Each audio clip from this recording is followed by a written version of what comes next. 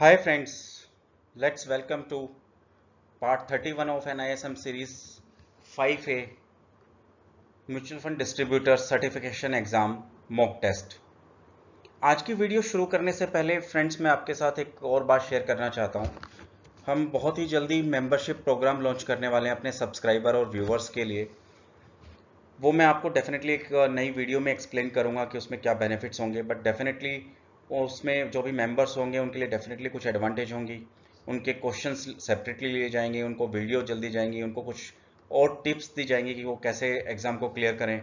उनके लिए मर्चेंटाइजिंग पर डिस्काउंट्स होगा और उनके लिए बहुत से अलग से एडिशनल फैसिलिटीज़ होगी जो मेंबर्स बनेंगे इस चैनल के डेफिनेटली।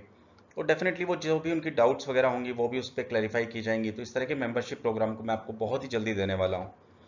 साथ ही में अभी तक आपने जो NISM सीरीज 5A मॉड्यूल पर मॉक टेस्ट देखे हैं उसमें वेरियस पार्ट्स देखे हैं, स्टार्टिंग फ्रॉम फर्स्ट टू 31 और 32 और मे बी 33। तो इसके लिए भी मैं आपके लिए कंपोजिट वीडियो भी लेके आऊंगा जिसमें सारे क्वेश्चंस एक साथ कवर होंगे। तो वो आपको रिवीजन में भी हेल्प करेगा और डेफिनेटली आपको एक साथ प्रिपेयर करने में हेल्प करेगा। जो आप एक साथ बहुत ज़्यादा अगर स्ट्रेच स्टडी कर सकते हैं तो वहाँ आपको बहुत हेल्प मिलेगी। इसके बाद मैं आपके पास एक इस तरह का मॉक टेस्ट लेके आऊंगा जिसमें कोई आंसर्स नहीं होंगे, सिर्फ क्वेश्चंस होंगे। और जो भी व्यूअर और सब्सक्राइबर उस क्वेश्चन पेपर को अच्छा अटेम्प्ट करेगा और जिसकी हाईएस्ट स्कोरिंग होगी एक पर्टिकुलर टाइम पर, उसको हम डेफिनेटली कुछ ना कुछ सरप्राइजेस गिफ्ट देंगे। तो डेफिनेटली इन वीडियोस को देखते रहिएगा और डेफिनेटली इस चैनल को सब्सक्राइब करना मत भूलिएगा। इस चैनल को प्लीज़ आप अपने फ्रेंड्स को, अपने कलीग्स को, फैमिली मेम्बर्स को भी बोलें कि वो सब्सक्राइब करेंगे।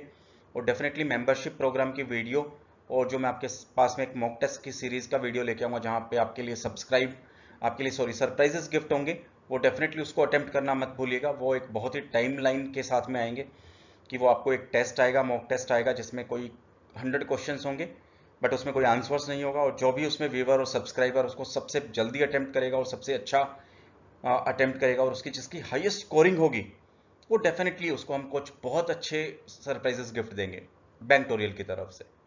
तो लीजिए आज की इस वीडियो में पार्ट 31 में स्टार्ट करते हैं क्वेश्चन नंबर 1 से। आज का फर्स्ट क्वेश्चन है, between whom the trust deed is executed. देखिए इसके काफ़ी सारे पार्ट्स हैं, तो हमारे पास ऑप्शन है जो ट्रस्ट डीड होती है वो एग्जीक्यूट किसके बीच में होती है। Option a trustee and sponsor, sponsor and custodian, trustees and AMC, AMCs and sponsor. तो देखिए म्यूचुअल फंड को सबसे पहले स्पॉन्सर या लॉन्च कौन करता है, वो स्पॉन्सर करता है। उसके बाद वो ट्रस्टीज अपॉइंट करता है। तो जो ट्रस्ट डीड होती है वो एग्जीक्यूट होती है in between trustees and sponsor, hence answer is A. Question second, repurchasing. जब भी हम रीपर्चेज की बात करते हैं तो हम कहने का मतलब होता है हमारा redemption. Repurchasing the pre-decided number of unit at the regular interval is called। इसका मतलब हुआ कि अगर हम किसी भी एक पर्टिकुलर स्कीम से pre decided number of unit को रीपर्चेज करें, रीपर्चेज मतलब रिडम्पशन लगाएं, तो उसको क्या बोलते हैं। ए ऑप्शन हमारे पास एसटीपी, सिस्टमेटिक ट्रांसफर प्लान। ये एप्लीकेबल नहीं है बिकॉज ट्रांसफर का मतलब होता है कि एक ऑप्शन से दूसरे ऑप्शन में ट्रांसफर करना। SWP, systematic withdrawal plan, this is correct. देखिए जब भी रिडम्पशन करते हैं तो वहाँ पे फंड्स का विड्रॉल होता है, तो हमारे पास ऑप्शन हुआ बी, सिस्टमेटिक विड्रॉल प्लान। उसमें एक पर्टिकुलर टाइम इंटरवल के ऊपर आपकी रिडम्पशंस होती है pre decided number of units की। सी, सिस्टमेटिक इन्वेस्टमेंट प्लान, SIP, ये एक इन्वेस्टमेंट होती है, रिडम्पशन और रीपर्चेज नहीं होती। D, all of the above, this is wrong. इसलिए हमारा इसका आंसर हुआ SWP, that is systematic withdrawal plan.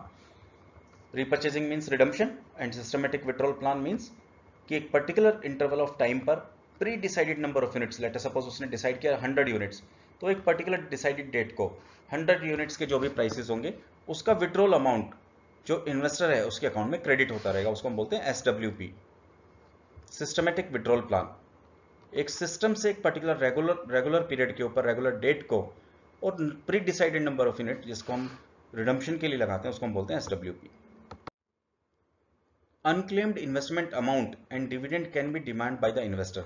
देखिए एक इन्वेस्टर है, उसका कोई अनक्लेम्ड इन्वेस्टमेंट अमाउंट है एएमसीज के पास या उसका अनक्लेम्ड डिविडेंड है, वो उसको क्या क्लेम कर सकता है। इसका ऑप्शन है हमारे पास ट्रू और फॉल्स।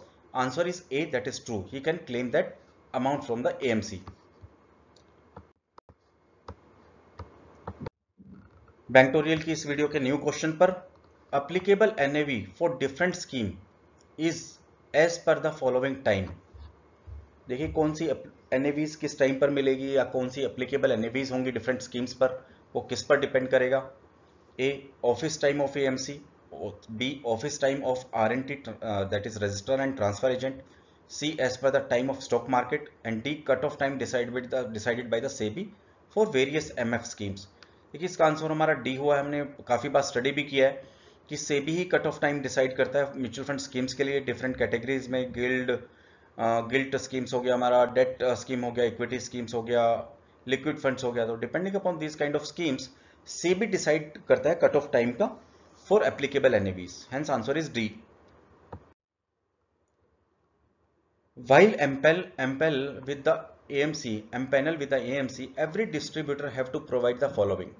देखिए जब भी कोई डिस्ट्रीब्यूटर AMC के साथ टाई अप करेगा और अपने आप को MPanel करेगा तो वो उसको क्या इंफॉर्मेशन प्रोवाइड करना है? देखिए A, correct and complete information, yes this is mandatory. Commitment to abide by the instruction given as also statutory codes and guidelines, वो भी उसके लिए मैंडेटरी होगा। C, provide all information document that the AMC may ask from time to time, ये भी उसके लिए mandatory होगा। D, all of the above. तो इसका लिए हमारे पास सिंपल सा आंसर हो गया D, that is all of the above. Low PE ratio indicates that it is unlikely to replicate its past performance. देखिए लो PE रेशियो मीन्स हुआ इसका कि लो प्राइस अर्निंग रेशियो, कि एक पर्टिकुलर शेयर, म्यूचुअल फंड्स और stock, उसका price earning multiple ratio कितना है। अगर लो प्राइस अर्निंग मल्टीपल रेशियो है, इसका मतलब है कि उसकी जो परफॉर्मेंस इन फ्यूचर वो उतना अच्छा नहीं रहने वाला। That's why that particular stock is trading at a lower PE ratio, because उसकी फ्यूचर के अंदर अर्निंग कम एक्सपेक्टेड है। तो देखिए अब हमारे पास इसके ऑप्शंस हैं ट्रू और फॉल्स। तो answer is A, means that low PE ratio indicates that it is unlikely to replicate its past performance। अब मान लीजिए इसकी पास्ट परफॉर्मेंस अच्छी रही हो बट उसका लो PE रेशियो, तो वो इंडिकेट्स करता है that it is unlikely to replicate its performance, past performance. Hence answer is A. Churning of the portfolio by the fund manager is called. Churning of portfolio का मतलब हुआ कि मान लीजिए कि कोई पोर्टफोलियो है, उसका फंड मैनेजर है, उसमें उसने 20 स्टॉक्स लिए हैं या 40 स्टॉक्स लिए हुए हैं। अब वो उन स्टॉक्स में से कितने स्टॉक्स को चर्न करता रहता है, कितने स्टॉक्स को बेचता रहता है और कितने नए शेयर्स को खरीदता रहता है, तो उसको शेयर्स को बाय और सेल करना, उसी को चर्निंग बोलते हैं। तो देखिए इसका हमारे पास जो ऑप्शंस हैं, portfolio turnover ratio, liquidity ratio, annual turnover ratio, all of the above. Portfolio churning को जो बोलते हैं उसको बोलते हैं portfolio turnover ratio. Hence answer is A. इसको थोड़ा एक्सप्लेन और कर लेते हैं। Keeping in the mind the market movements, fund manager makes revisions in the mutual fund portfolio with the aim to safeguard the investors fund and this process is called the portfolio churning. जो अपने portfolio के shares को bye और cell करता है उसको portfolio churning बोलते हैं। Investment in a real estate mutual fund is a, beyond the means of the retail investor, extremely liquid and cost effective, highly illiquid, offer benefit both real estate and mutual fund. देखिए real estate में directly investment करते हैं वो physical asset में हो जाता है, but अगर इन्वेस्टमेंट करते हैं और वो भी रियल एस्टेट म्यूचुअल फंड में, तो उसको दोनों बेनिफिट मिलता है। जो रियल एस्टेट है, प्राइस जो मूवमेंट है उसका बेनिफिट भी मिलता है, और उसको एक्चुअली जो म्यूचुअल फंड में टैक्स रिलेटेड जो एडवांटेजेस हैं, जो ट्रांसपेरेंसी है, इस तरह के और भी बहुत सारे फायदे मिलते हैं। इसलिए इसका हमारा आंसर हुआ D, that investment in real estate mutual fund is offer the benefits of both of the real estate and the mutual fund.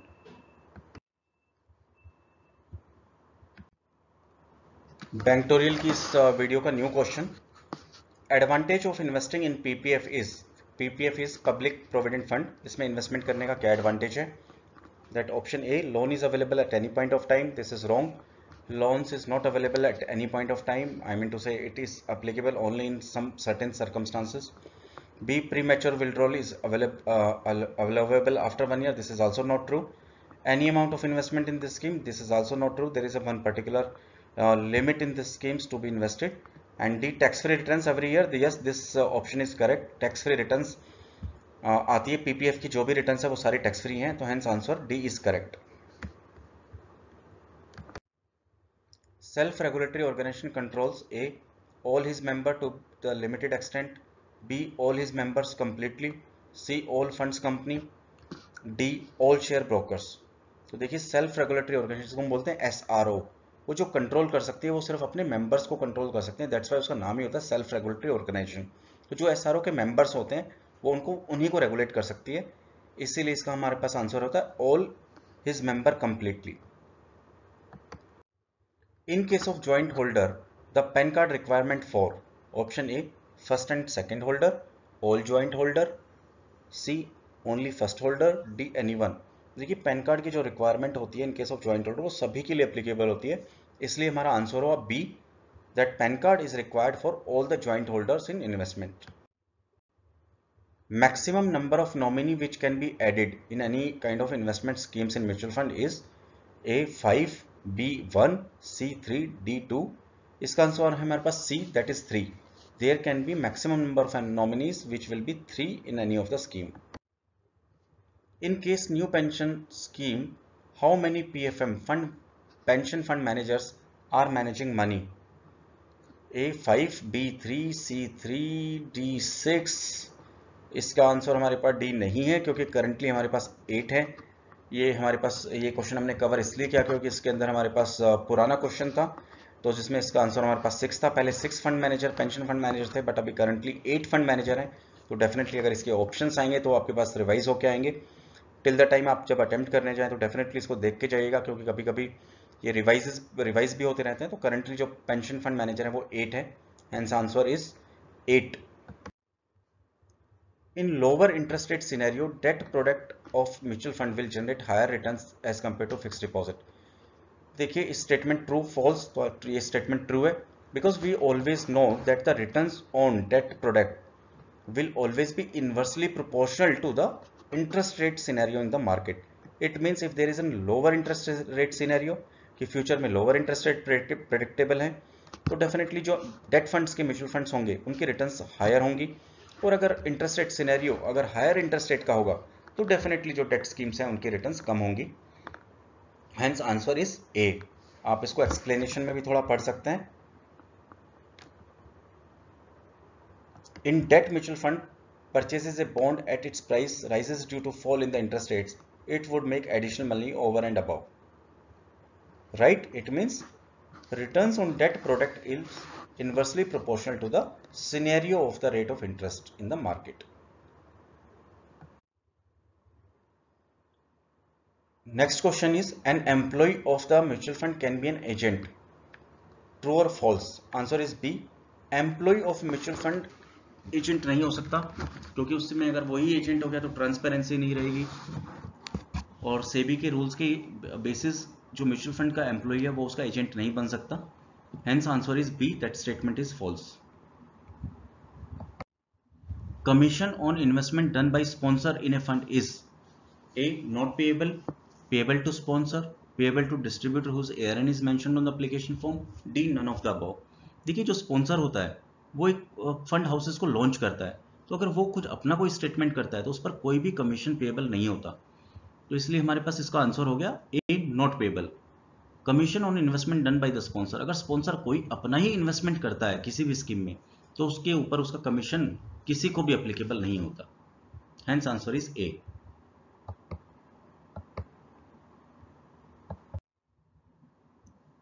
Banktorial की इस वीडियो का नया question, book value of a share is dependent on accounting policies of the company, true और false? That is true. देखिए कैसे, book value per share takes the ratio of the firms common equity divided by the number of outstanding, तो उसका accounting practices क्या है company की, उसके ऊपर उसकी बुक वैल्यू डिपेंड करेगी। चलते हैं नेक्स्ट क्वेश्चन पर। Code of conduct for AMC personnel and trustees are mentioned in. देखिए एएमसी पर्सनल एंड ट्रस्टीज के जो कोड ऑफ कंडक्ट हैं वो किस पर मेंशन्ड होते हैं? A chapter 2, B chapter 4, C schedule 2, D schedule 5। ये इसका सिंपल आंसर याद ही रखना पड़ेगा हमें, ये जो कोड ऑफ कंडक्ट है वो मेंशन होते हैं इन schedule 5, hence answer is D. तो फ्रेंड्स आज तक की इस वीडियो में यहीं तक। Thank you very much for watching this videos. और जैसे मैंने आपसे डिस्कस किया था, मेंबरशिप प्रोग्राम के लिए बिल्कुल प्लीज आप रेडी रहिएगा। मेंबर्स के लिए बहुत अच्छे अच्छे स्कीम्स लेके आने वाले हैं, और डेफिनेटली हम आपके साथ एक कंपोजिट वीडियो भी लेके आएंगे जिसमें अभी तक जितने भी हमने वीडियोस कवर किए हैं उसमें एक ही कंपोजिट वीडियो में आपके सभी क्वेश्चंस आंसर्स होंगे। और फिर हम अपने व्यूवर्स और सब्सक्राइबर के लिए एक मॉक टेस्ट लाएंगे, 100 क्वेश्चंस होंगे, और उसमें डेफिनेटली जो उसमें सबसे अच्छा स्कोरिंग करेगा उसके लिए बैंक्टोरियल्स की मर्चेंडाइजिंग और अदरवाइज कोई बहुत अच्छे सरप्राइजेस गिफ्ट होंगे। तो keep watching these videos for you and please take the advantage so that you can get highest scoring and you can avail these kind of merchandising in your hand. And guys, thank you very much again for watching these videos. अपने इस channel को subscribe करना बिल्कुल मत भूलिएगा और अपने please दोस्तों को, फ्रेंड्स को, फैमिली मेंबर्स को, कलीग्स को बिल्कुल बताइएगा कि इस चैनल को जल्दी से जल्दी सब्सक्राइब करें। Thank you very much and have a nice day.